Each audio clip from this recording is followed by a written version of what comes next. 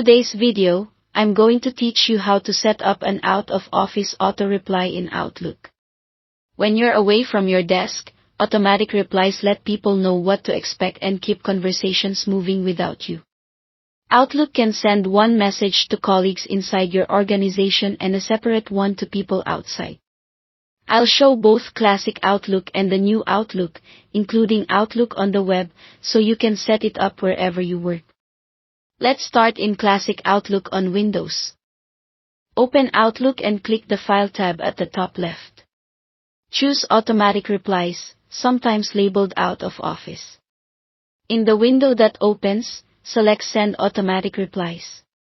If you already know your schedule, check Only Send during this time range and set the start and end dates and times.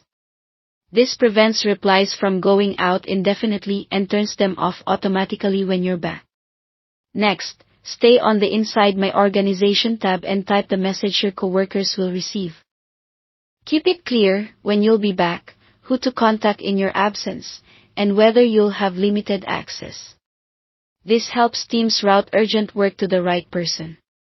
Then switch to the Outside My Organization tab. Check the box to turn on external replies, and write a version that's appropriate for people outside your company, or select Only Send to contacts if you want to limit it. When you're done, click OK or Save, and Classic Outlook is set.